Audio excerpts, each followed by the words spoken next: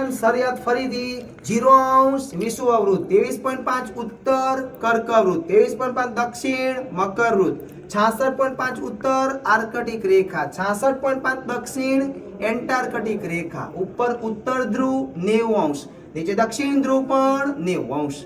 હવે આપણી મુસાફરીની શરૂઆત ક્યાંથી કરવાની? હંમેશા વિષુવવૃત્તથી જ મુસાફરીની શરૂઆત કરવી.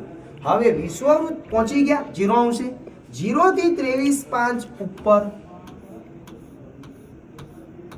જેટલા ઉપર એટલા ને એટલા નીચે, અને આ જે વિસ્તાર કવર થયો એને કહેવાય ઉષ્ણકટિબંધ.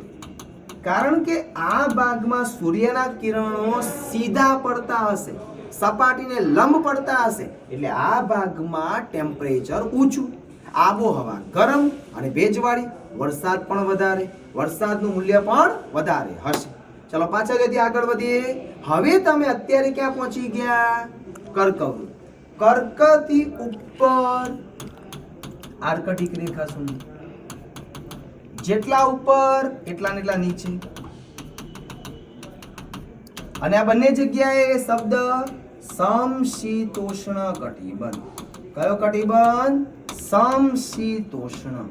એનો મતલબ વ્યાખ્યા કેવી બોલાય? વ્યાખ્યા આવી બોલાય 23.5 થી 66.5 ઉત્તર અને 23.5 થી 66.5 દક્ષિણ વચ્ચેનો વિસ્તાર, જે બોલાય સમશીતોષ્ણ.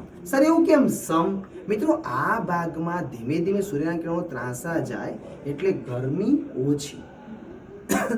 વાત સમજાઈ ગઈ? એટલે અહીંયા આબોહવા એકદમ સમ હોય, સમ, નહીં વધારે ગરમી નહીં વધારે ઠંડી.